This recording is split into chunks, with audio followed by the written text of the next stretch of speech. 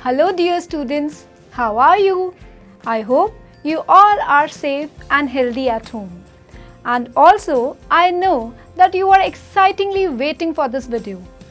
Before I start, I want to tell you that today we are going to take up a very beautiful story about an unquestionable faith and trust.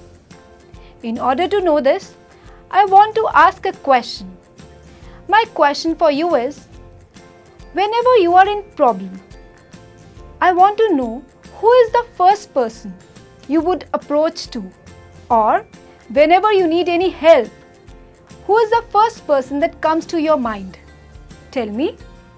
I know some of you might be saying parents, maybe mother, father. Some of you might be saying brother, sisters. Some of you might be saying friends. Some of you might be saying grandparents. However, I feel we can seek help of a person in whom we have a lot of trust and belief, as we know that only that person can solve our problem. In today's story, the question of trust is similarly like this. The story we are going to take up today is taken from your book First Flight, and the title of the story is A Letter to God. In this story, there is a farmer called Lencho. Lencho has unquestionable belief and trust in God. And when he has faced a great problem in life, he is going to write a letter to God. Yes, this is strange. He writes a letter to God, and let's see how he gets the response.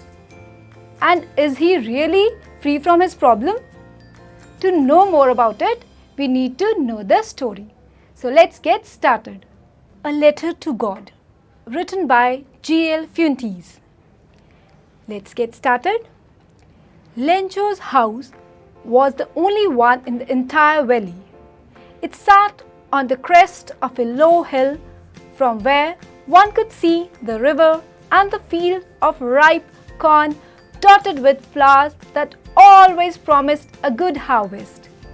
The only thing the earth needed was a downpour. Throughout the morning, Lencho had seen the sky towards northeast. We are going to get some water. Yes, God willing. Lencho's wife called everyone for supper. Come for dinner, come. It was during the meal that, just as Lencho had predicted, by drop of rain began to fall. In the northeast, huge mountains of clouds could be seen approaching. The air was fresh and sweet. Lencho went out to have the pleasure of feeling the rain on his body. He exclaimed, "Hey, these raindrops are falling from the sky. They are new coins. The big drops are fives." But suddenly, a strong wind began to blow, and along with the rain, very large hailstorm began to fall. "Oh, it's really getting bad now," exclaimed the man. "I hope it passes quickly." It did not pass quickly. For an hour, the hail rained on the house, the garden, the hillside, the cornfield, on the whole valley. The field was white as if covered with salt. Lencho's soul was filled with sadness. A plague of locusts would have left more than this. The hail has left nothing. This year we will have no corn. That night was a sorrowful one. All our work for nothing. There is no one who can help us. We'll all go hungry this year. But in the hearts of all who lived in that solitary house in the middle of the valley, there was a single hope: help from God. Don't be so upset. Even though this seems like a total loss, remember, no one dies of hunger. That's what they say. No one dies of hunger. All through the night, Lencho thought only one of his hope: the help of God, whose eyes, as he had been instructed, see everything, even what is deep in one's conscience. Lencho was an ox of a man, working like an animal in his field, but still he knew how to write. The following Sunday, at the daybreak, he began to write a letter. It was nothing less than a letter to God. He wrote, "God, if you don't help me, my family and I will go hungry this year. I need 100 pesos in order to sow my field again and to live until the crop comes, because the hailstorm." He wrote to God on the envelope and went to the town. At the post office, he placed the stamp on the letter and dropped it into the main box. One of the employees, who was a postman and also helped at the post office, went to his boss, laughing heartily, and showed him the letter to God. Never in his career as a postman had he known that address. The postmaster, a fat, amiable fellow, also broke out laughing. But almost immediately he turned serious and commented, "What faith! I wish I had the faith of the man who wrote this letter, starting up a correspondence with God." So, in order not to shake the writer's faith in God, the postmaster came up with an idea. Let's answer the letter. But when he opened it, it was evident that to answer it, he needed something more than goodwill, ink and paper. But he stuck to his resolution. He asked for money from his employees. He himself gave part of his salary, and several friends of his were obliged to give something for an act of charity. He was able to gather only a little more than half the amount demanded by Lencho. He put the money in an envelope with a letter containing only a single word as a signature: God. The following Sunday, Lencho came a bit earlier than usual. "Is there any letter for Lencho?" "Yes, here it is." The postmaster was experiencing the moment from the doorway of his office. Lencho showed no surprise on seeing the money. What a confidence! But when Lencho counted the money, he became angry. God cannot do mistake, nor he can deny what I required. Immediately, Lencho went up to the window to ask for paper and ink. On public writing letter table, he wrote another letter with much wrinkling of his brow. The moment the letter fell into the box, the postmaster went to open it. "God, of the money that I asked for, only 70 pesos reached me. Send me the rest, since I need it very much. But don't send it to me through mail, because the post office employees are a bunch of crooks. So students, did you notice who helped Lencho? What do you think? Was it God who helped him, or were it the post office employees? Tell me. I think it were not just the post office employees, but it was his faith in God which attracted the attention of the post office employees towards his letter. This is the reason why people say that faith can move mountains. In order to understand this story, let's sum up the story. A farmer named Lencho was expecting for good shower for his cornfields. He was confident that his harvest was going to yield huge profits. To his utmost excitement, rainfall did happen, but very soon it turned into a hailstorm, destroying his entire cornfield. This hailstorm came like a big threat for the survival of his family, as their entire livelihood was dependent on the year's produce. Lencho was upset and disheartened.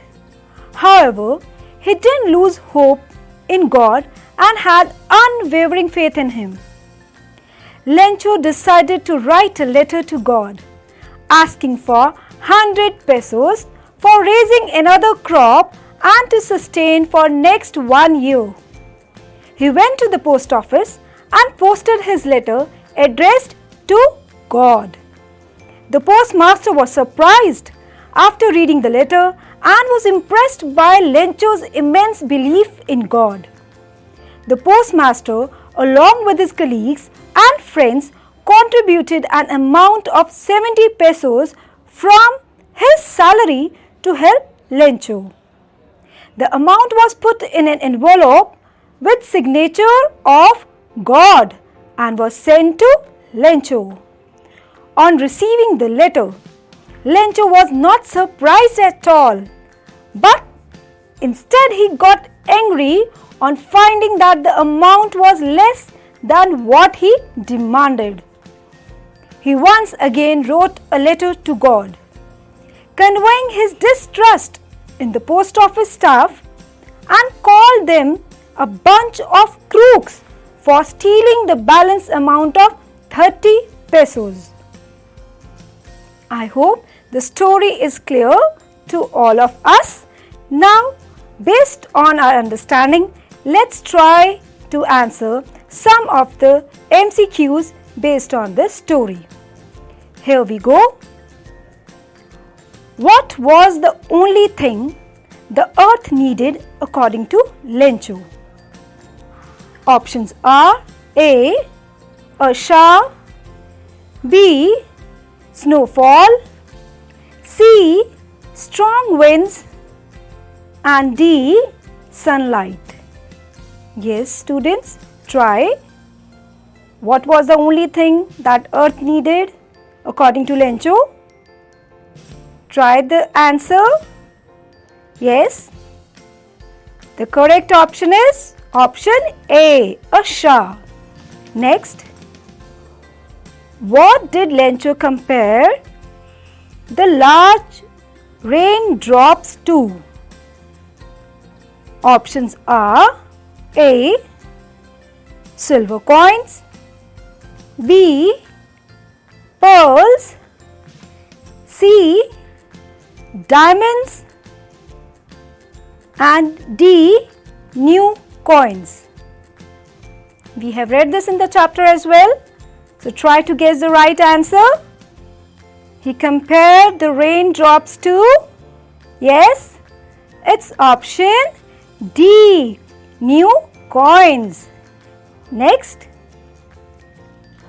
Lencho compared the damage done to the crops to, options are A, an attack by rats, B, an attack by wild pigs, C, an attack by buffaloes?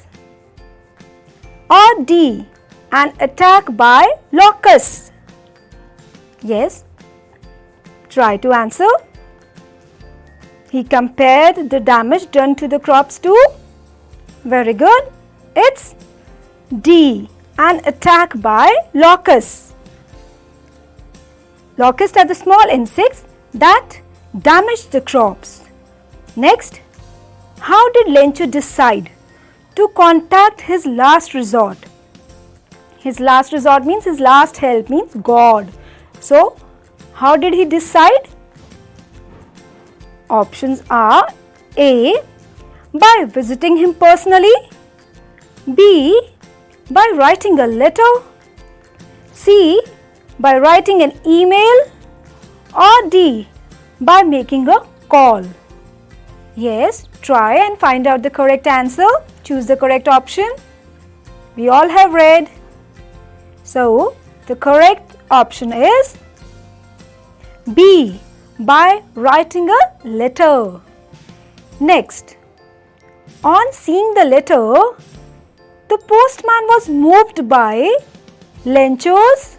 Options are A, unwavering faith in God, B, unreasonable demand, C, love for God, or D, none of the above. Yes, tell me, what is the correct option? The postman was moved by Lencho's. Very good, try. It's A, unwavering faith in God. So friends, let's move to another exercise. Read the following lines and state the reason why these lines have been said. Here are few lines. You have to tell the valid reason why these lines have been said. Means what happened. The first one is, that night was a sorrowful night. All our work for nothing. So, I leave this to you. You have to think and write the valid reason or what was the situation why this line was spoken. Next, the postmaster, a fat, amiable fellow, also broke out laughing. State the reason. Why did the postmaster laugh? Tell. We have read in the story and write it down. Next, but don't send it to me through the mail because the post office employees are a bunch of crooks, said Lencho.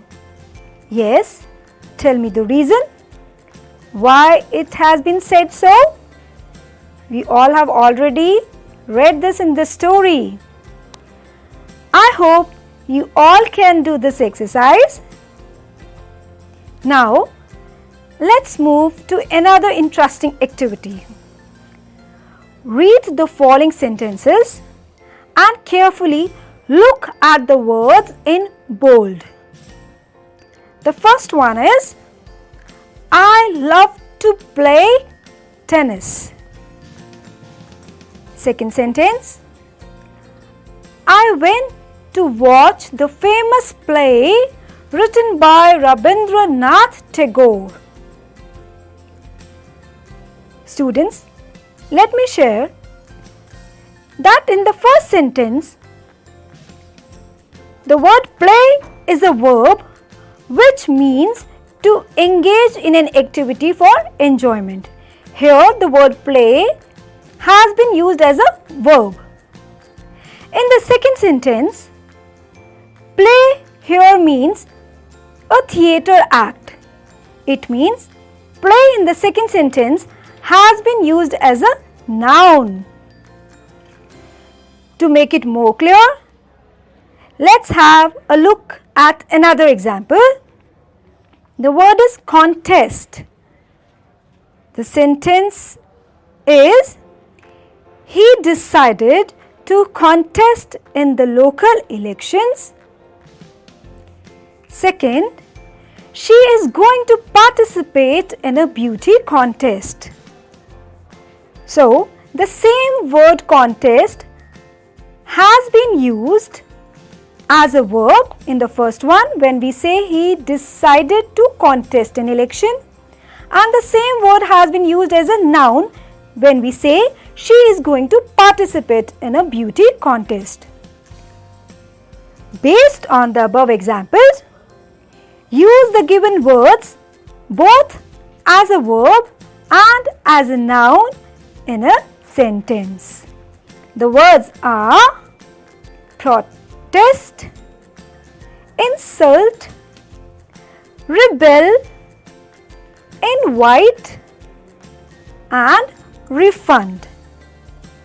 I hope you all will try and use them as verb and noun.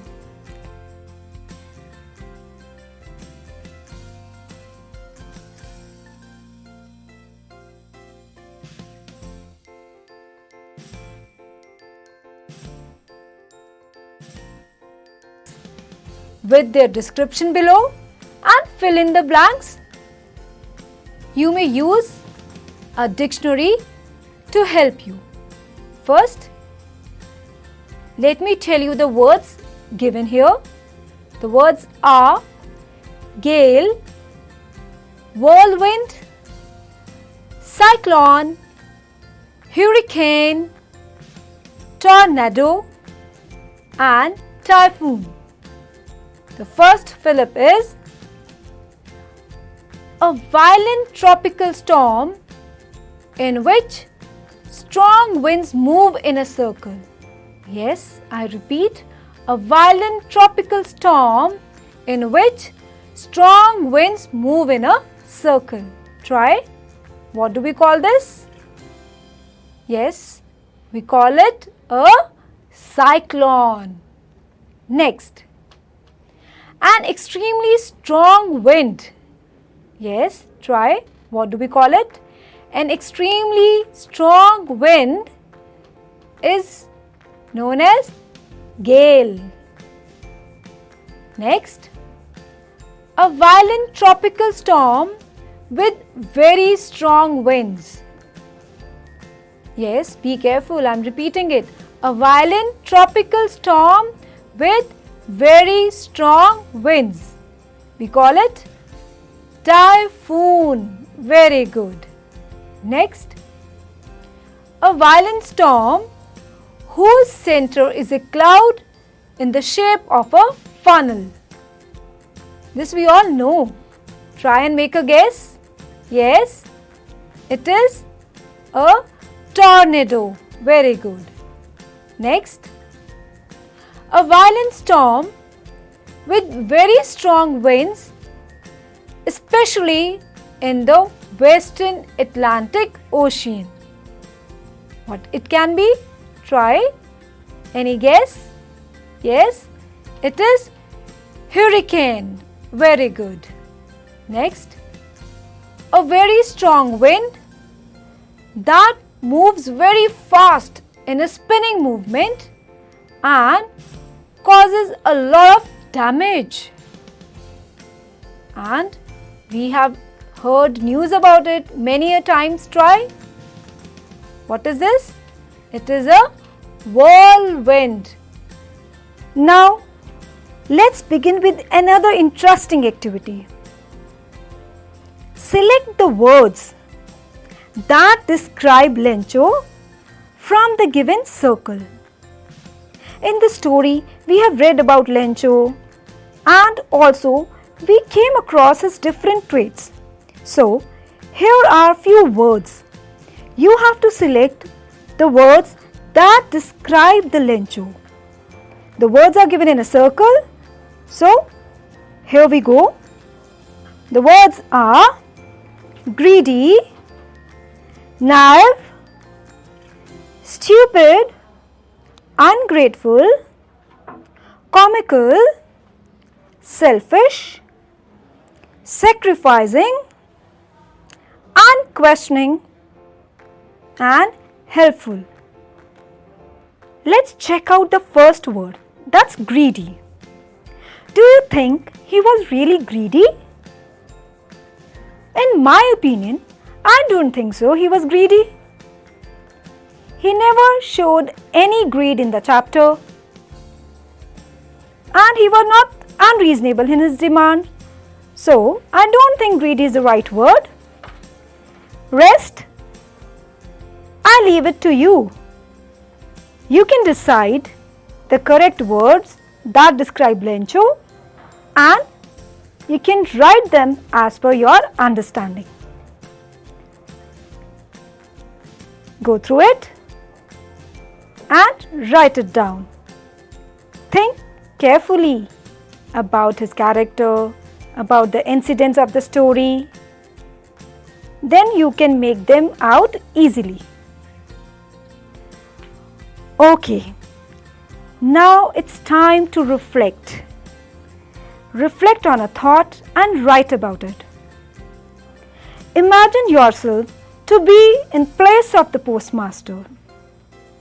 Write a diary entry expressing your views on how you would have reacted to Lencho's letter to God. I hope it is an interesting activity. So, you have to write a diary entry as a postmaster. Also, you can use the following clues. For example, the clues are surprising, unshaken faith, unbelievable, and so. Use them and write a diary entry. So, dear friends, I hope you have enjoyed today's video, and also you have learned an important moral from the story. That is, one should have unshakable belief and trust, because when your trust is unshakable, it can shake mountains. On this positive note, I wish you all the best, stay healthy and enjoy learning. Thank you.